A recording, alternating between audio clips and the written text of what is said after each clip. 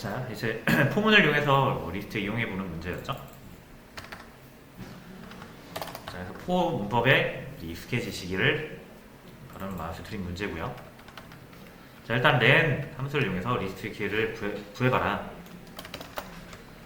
len 함수에 구해서 이렇게 구하면 되죠. 출력을 하려면 이걸 이제 프린트하면 되고요. 그래서 10개죠. 이렇게 직접 셀 필요가 없습니다, 이제. 자, 그리고 길이를 알면 뭘 할 수 있다? 마지막 인덱스를 알 수 있죠. 자, 그래서 0부터 시작을 해서 1씩 증가시킬 거예요, 그죠? 그 다음에 여기 10이라고 넣으시면 안 됩니다, 이제. 길이는 모르는 거예요, 여러분들이. 그래서 꼭 이렇게 구하신 다음에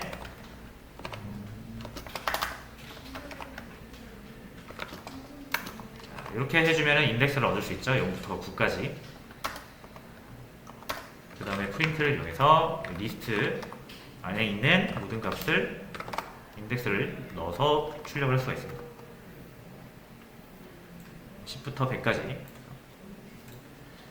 자, 이게 이제 while을 이용한 버전이죠. 인덱스를 직접 만드는 방법이었고요. 포문을 이용하면 인덱스를 만들 필요 없죠.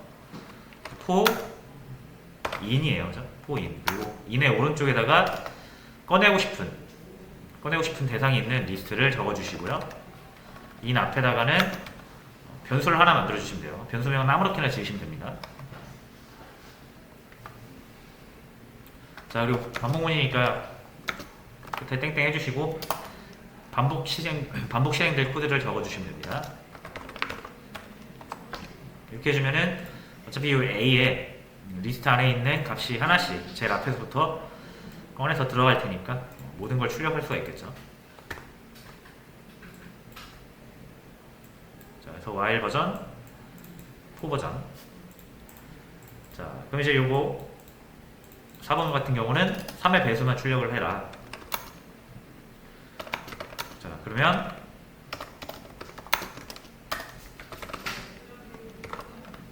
이번엔 좀 n이라고 해봤습니다. 뭐 아무렇게나 지어도 상관없다는 얘기예요. 이 안에서 이 이름으로만 사용해주시면 됩니다.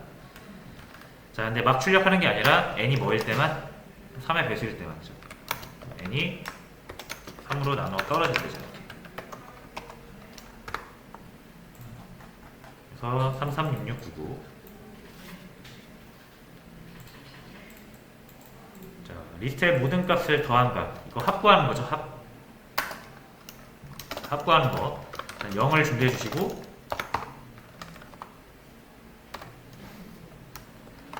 여기에다가 더하고 싶은 거 계속 누적해서 더하면 되죠.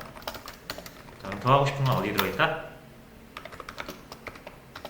리스트 1에 들어있으니까 하나씩 꺼내서 여기다 담은 다음에 여기다가 이렇게 누적해서 더해주면 되죠. 반복이 끝나고 나면 이 썸1에 최종 합이 들어가 있을 겁니다. 594가 나오면 되겠네요.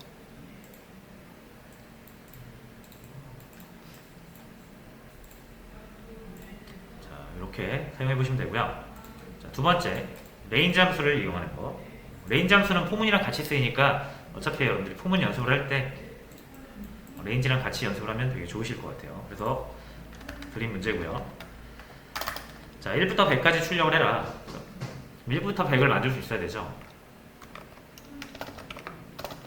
range 하신 다음에 시작수는 1이죠. 끝수는 100이죠. 그럼 100을 1씩 증가해야 되죠. 이렇게. 이러면 1부터 100이 만들어지고요.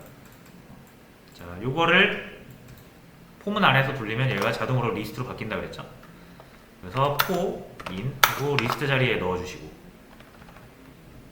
여기서 숫자 하나씩 꺼낼 때마다 저장할 변수 하나 넣어주시고 자, n을 출력을 해보면 자, 그래서 1부터 100까지 쭉 출력을 해볼 수가 있습니다.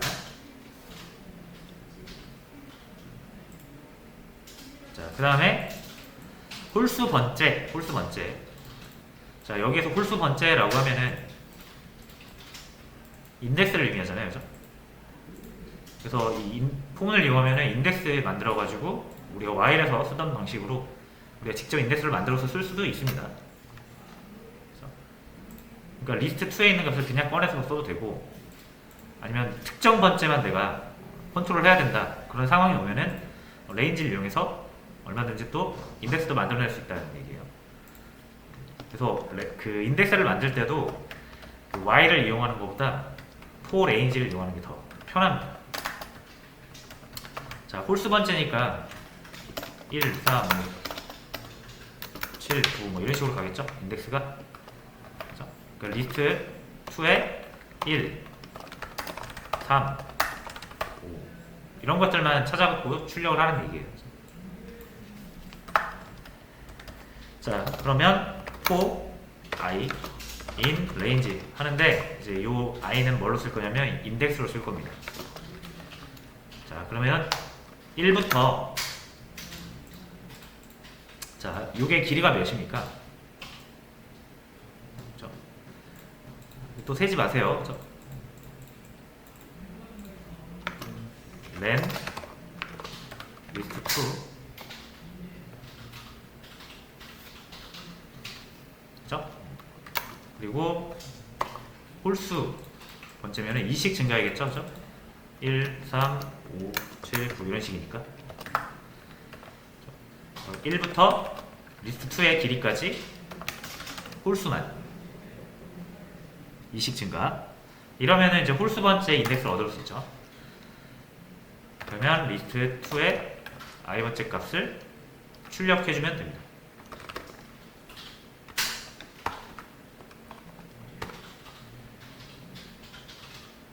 자, 여기서 이렇게 5, 51, 51, 38, 93 이렇게 출력이 되면 돼요. 자, 그리고 밑에 짝수 값만, 자, 이번에는 짝수 값, 이 리스트 안에 들어있는 값 중에 짝수인 것만 출력을 해라 이거예요. 자, 그러면 이 리스트 2에서 하나씩 꺼내가지고, 그죠? 이 넘이 짝수인지를 보면 되는 거죠.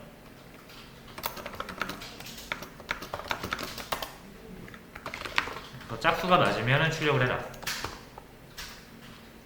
이렇게 3개가 나옵니다. 2, 26, 38.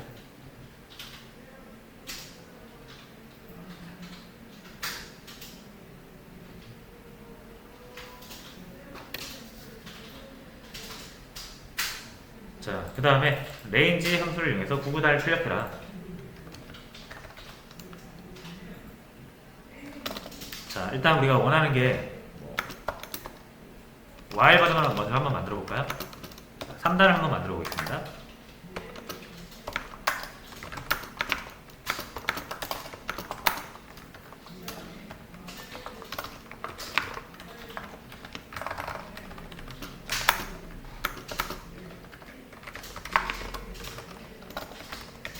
i 단 곱하기 i.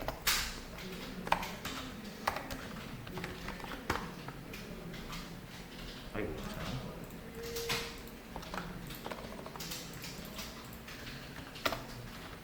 이게 1이 아니라 i가 돼야죠. 자, 이렇게 3단을 만들었어요. while 버전이고요. 자, 이걸 포문으로도 만들 수 있냐 이거예요.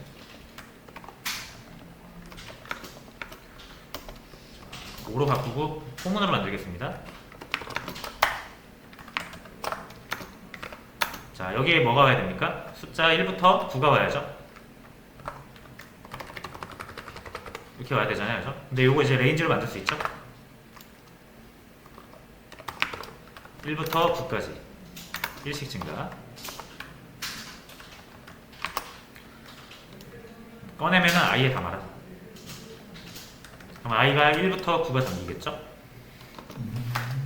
그 다음에 요거를 이렇게 넣어주시면 됩니다.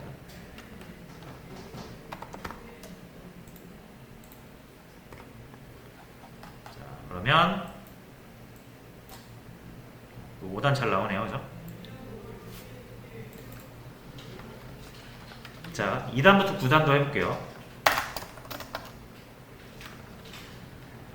자, while 버전 지우고 여기서 이제 단을 없애고 단을 2부터 9를 만들어줘야겠죠? 그러면 for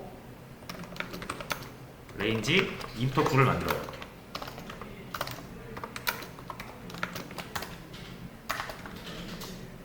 자, 그럼 단이 여기서 2부터 9를 의미하겠죠? 이 안에서 여기서 2부터 9 나오죠? 그럼 이 단을 여기다 써야 되잖아요, 그죠? 그래서 이 포문을 이제 여기 이렇게 넣어주시면 됩니다.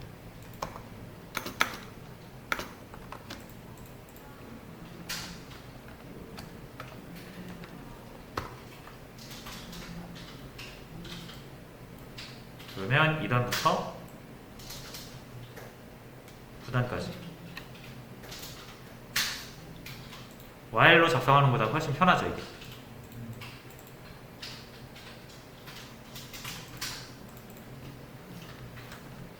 자, 그리고 팁 하나 드리자면,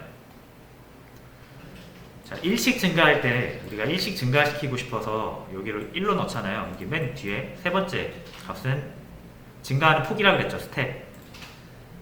근데 이게 일식 증가할 때는 생략이 가능합니다. 안 쓰면 그냥 일식 증가해요.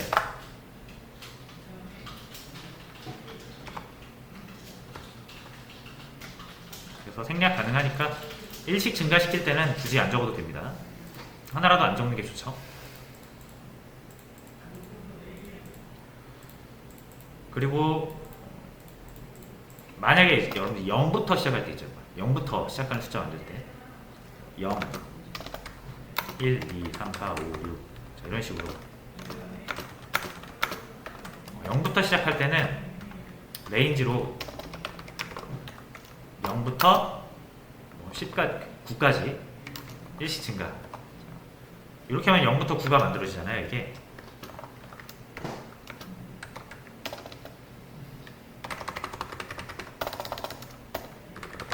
이렇게 만들어질 텐데, 자, 0부터 시작할 때도 요거는, 자, 요거 일단 일식 증가하는 거는 생략해도 괜찮다 그랬죠?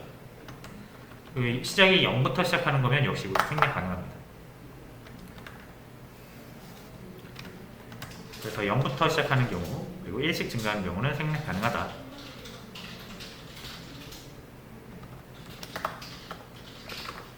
자, 정말 잘 나오는지 볼까요?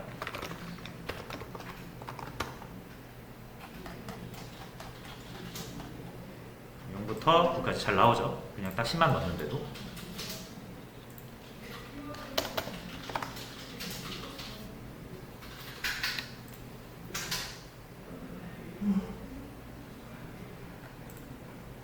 자, 이렇게 해서 포문을 살펴봤습니다.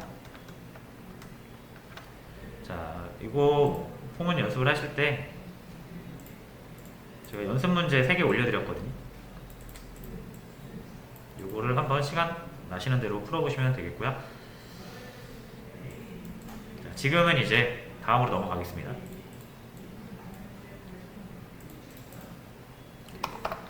자, 그래서 지금까지 리스트라는 자료 구조를 살펴봤어요. 자, 근데 리스트랑 같이 이제 양대 산맥으로 많이 쓰이는 자료 구조가 있어요. 딕셔너리 자료 구조라고 있습니다.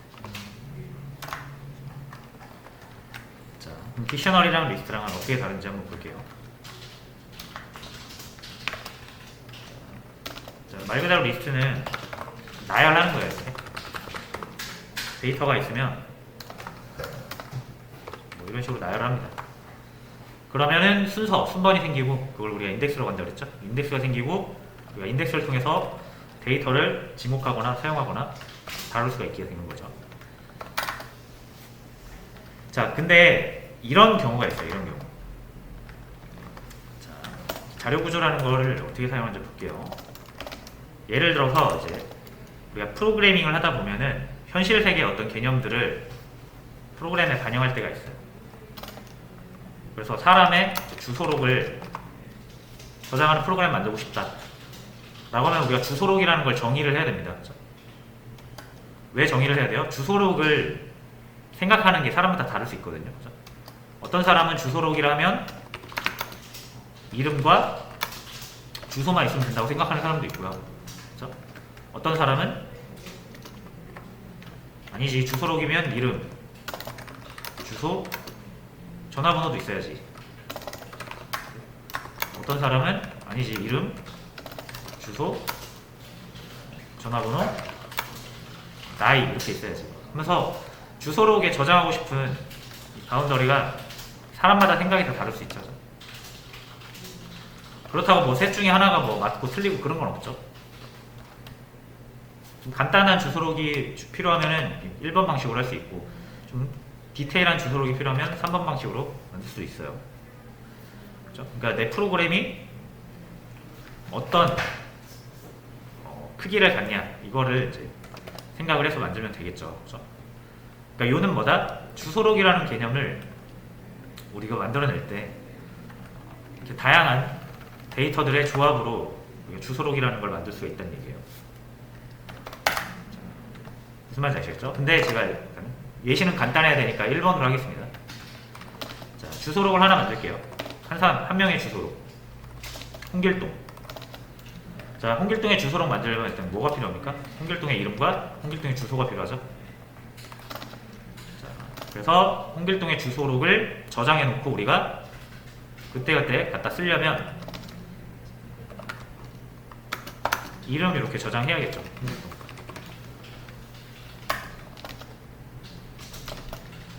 주소 이렇게 해야겠죠.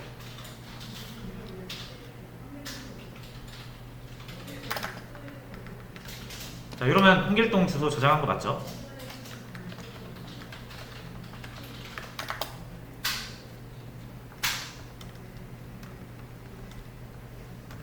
자, 그래서 만약에 우리가 홍길동의 주소를 출력하고 싶다, 보고 싶다.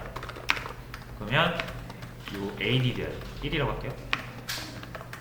이렇게 꺼내 오시면 홍길동의 주소가 나옵니다. name 1이라는 변수에서 꺼내면 홍길동의 이름이 나와요. 자, 근데 두 번째, 그 주소록을 여러 명 작성할 수 있잖아요, 우리가. 그러면 한 명 더 들어올 수 있죠. 황진이.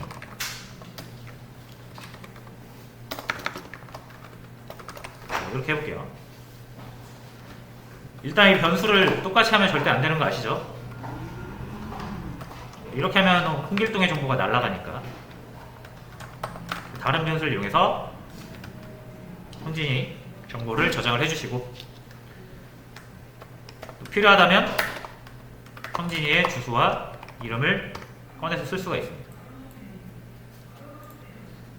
됐죠? 자, 근데 보시면은 이게 조금 복잡해 보이지 않나요? 안 복잡해 보이면 제가 이렇게만 바꿔볼게요. 이렇게만 바꿔도 한눈에 대전 사는 게 황진인지 홍길동인지 잘 파악이 안 되죠. 그쵸? 물론 이름을 보고 1이 붙은 건 홍길동, 2가 붙은 건 뭐 황진이 이렇게 생각할 수 있는데, 이거마저 제가 넘버링 하지 않는다라고 하면 이거 되게 헷갈리죠, 그죠? 예를 들어 A, 그냥 B, C. 자, 이렇게 했을 때 누가 서울 살고 누가 대전 사는 겁니까? 모르잖아요, 그죠? 자, 그래서 데이터는 두 개 이상의 데이터로 표현이 되는 것이 있으면 두 개가 반드시 같이, 잘못됐죠 이거? 이 두 개가 반드시 같이 다녀야 됩니다. 그렇죠? 그렇지 않으면 대전 사는 홍길동이 서울 산다고 나올 수도 있는 거예요. 자, 이거 제가 아까처럼 A, B, CD로 바꿔볼게요. 자, 이렇게 했을 때 이게 잘 파악이 안 되면, 자, 홍길동 주소로 출력해 주세요 했을 때 이름은 홍길동 출력하고 사는 곳은 서울 출력할 수도 있죠. 자, 그럼 홍길동 서울 산다고 나와버리는 거예요. 이런 실수하지 말라는 보장이 있나요? 이렇게만 돼도 이거 뭐 헷갈린단 말이에요. 누가 대전 사는지 누가 서울 사는지 잘 몰라요. 그렇죠? 이렇게만 돼도. 자, 물론 이제 우리가 뭐 코드를 이렇게 정갈하게 하면 되긴 하지만 코드를 우리가 항상 이렇게 또 100% 알맞게 작성할 수 있는 것도 아니에요. 분명히 실수를 합니다. 사람이라면. 자, 그래서 우리가 실수를 최대한 줄이려면 이 두 개는 무조건 같이 다녀야 되죠. 다른 게 섞여 들어오거나 아니면 하나라도 빠지면 주소록으로서 역할을 못하죠. 자, 그래서 주소록 데이터. 일단 주소록이 두 개의 이름 주소로 이루어지는 거니까 두 데이터가 한 구조, 뭐라고 해야 될까요? 같이 있어야 의미가 있다.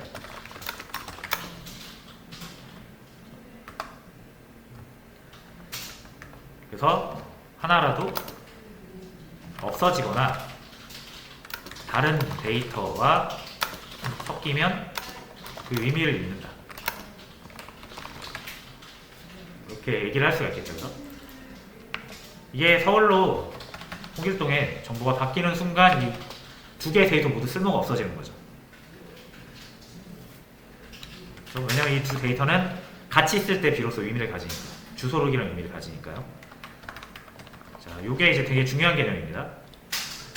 여러분이 이제 프로그래밍을 할 때 현실 세계를 반영을 해야 되는데, 현실 세계는 데이터 하나로 표현되는 경우가 잘 없고 무조건 여러 개 데이터 조합으로 이제 표현이 돼요. 사람도 그렇고요. 우리가 사람을 표현할 때 뭘로 표현합니까? 이름, 나이, 키, 그렇죠? 주민등록번호, 몸무게. 사람을 표현할 수 있는 정보가 굉장히 많아요.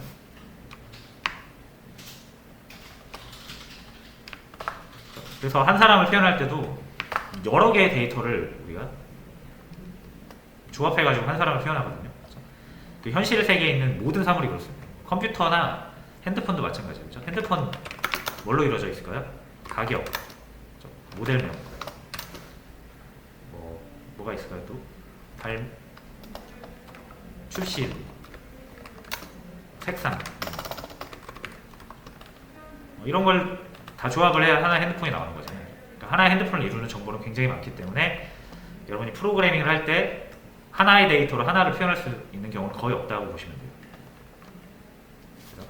이런 여러 개의 데이터가 하나의 그 구조를 이뤄서 사물을 만들어내는 거죠. 자, 이게 무슨 말인지 잘 이해를 하셔야 됩니다. 이거를 이제 뭐라고 하냐면 데이터 구조화라고 해요. 어떤 사물은 데이터의 구조입니다.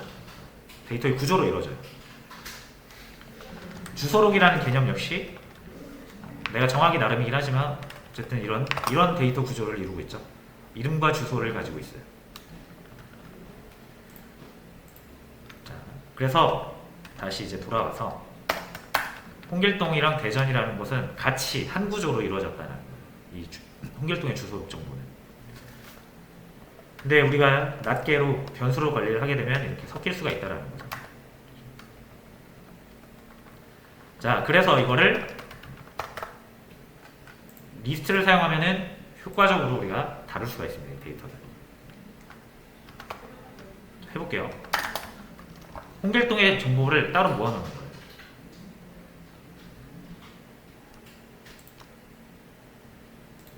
물건이 이렇게 어지럽혀 있어요. 여기 홍길동 거고 황진이 거예요. 여기 홍길동 거고 황진이 거. 여기도 홍길동 거, 황진이 거. 자, 이렇게 널브러져 있으면 이제 여러분들이 여기서 홍길동 거를 찾아야 돼요.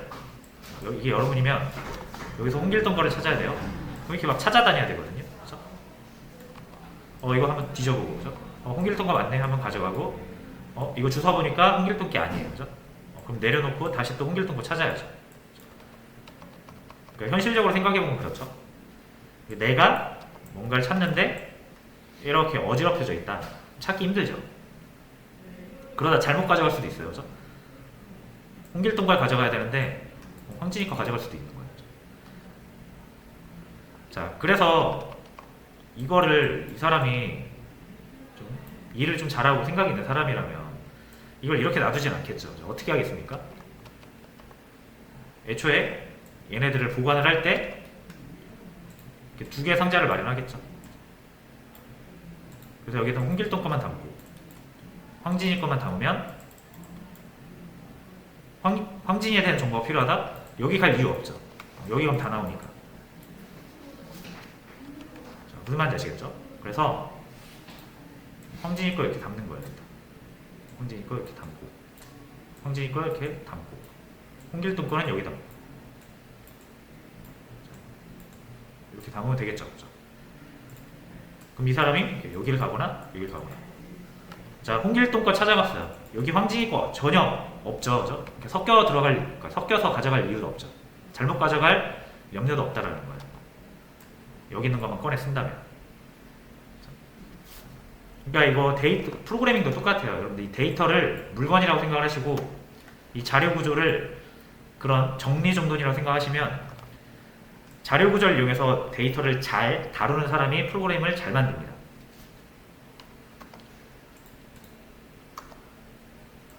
그래서 일 잘하는 사람이 프로그램도 잘해요.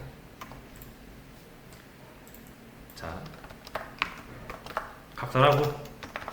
자, 대전이랑 홍길동이랑 이 두 개의 정보를 무조건 같이 묶여 다녀야 된다고 그랬죠? 그래서 얘를 이렇게 묶어주는 거예요. 리스트로. 자, 이름을 홍이라고 한번 해볼까요? 홍길동 거니까. 자, 이렇게 했을 땐 홍길동에 대한 정보가 필요하다? 그럼 여러분 여기서 꺼내시면 됩니다. 황진이 거.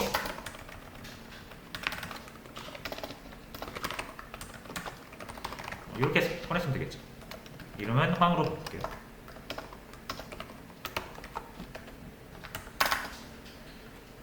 자, 해서 다시 이제 프린트를 합니다. 홍길동의 주소록이 보고 싶어요. 일단 홍이라고 하는 거예요. 여기 다 들어있으니까 홍길동 거는. 0번째 거 꺼내면 주소가 나오고 1번째 거 꺼내면 이름이 나오죠.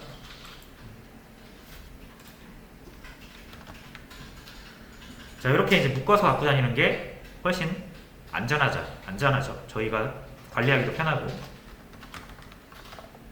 자, 그래서 황진이도 한번 해볼게요.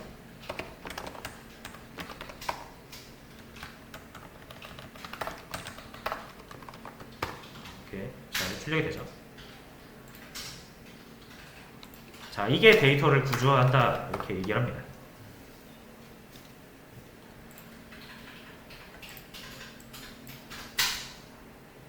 이거를 하나의 주소록으로 볼 수 있잖아요.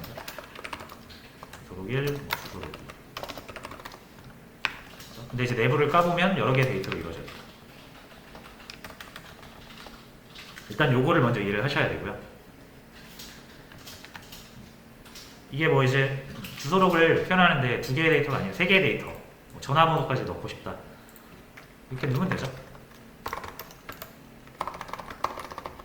홍길동 전화번호가 될 거고.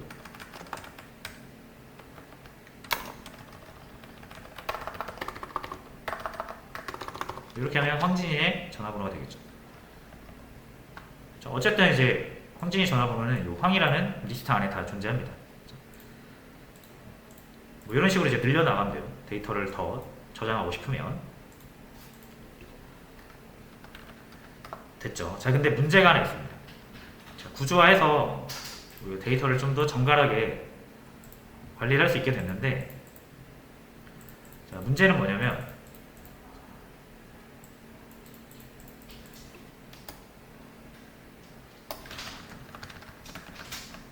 여기서 황진이의 이름을 출력해달래요.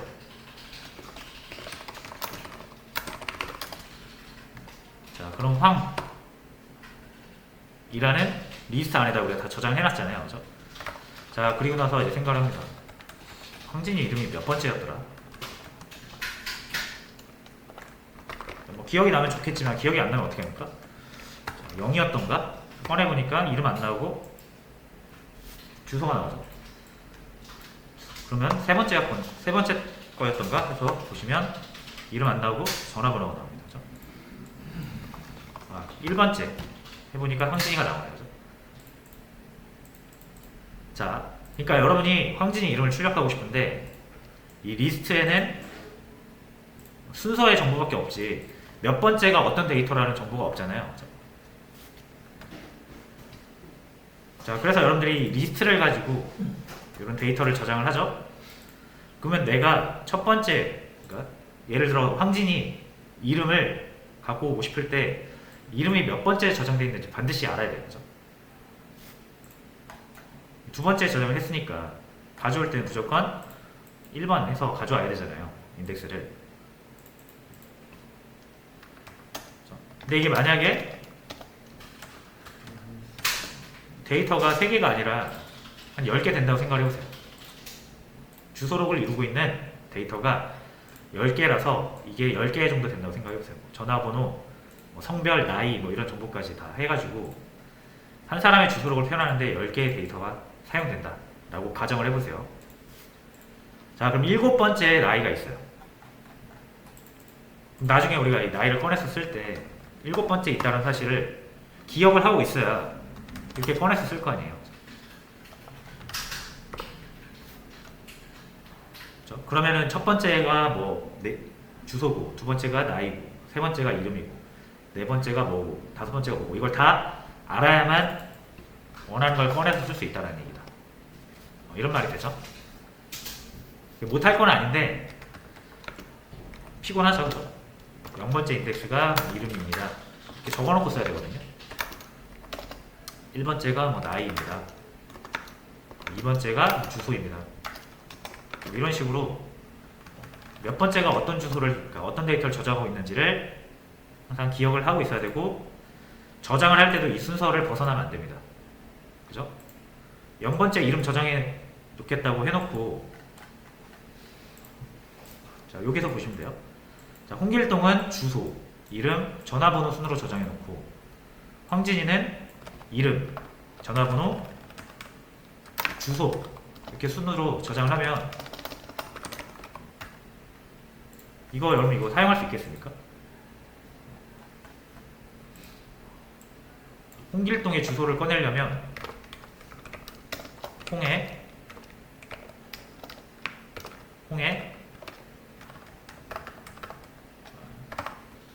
몇 번째예요? 주소는 첫 번째예요. 그죠?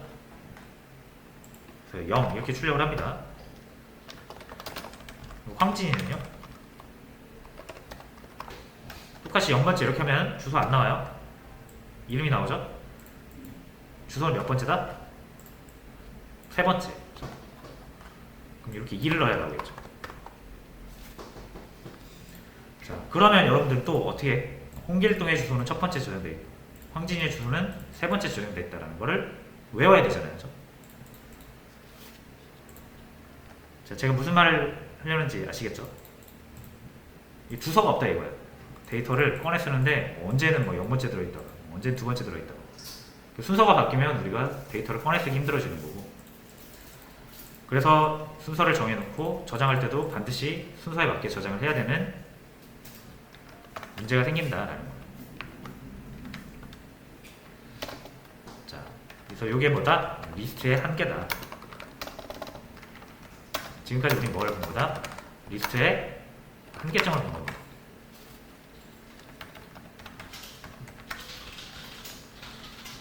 그냥 의미 없는 데이터를 여러 개 저장해서 한 번에 처리하는 건 괜찮은데 한 구조로서 유의미한 데이터끼리 모아가지고 같이 관리를 할 때는 이걸 데이터 구조화라고 한다고 그랬죠? 데이터 구조화할 때는 별로 안 좋은 거예요. 그래서 요거의 단점을 극복하기 위해 나온 게 이제 딕셔너리라고 보시면 됩니다.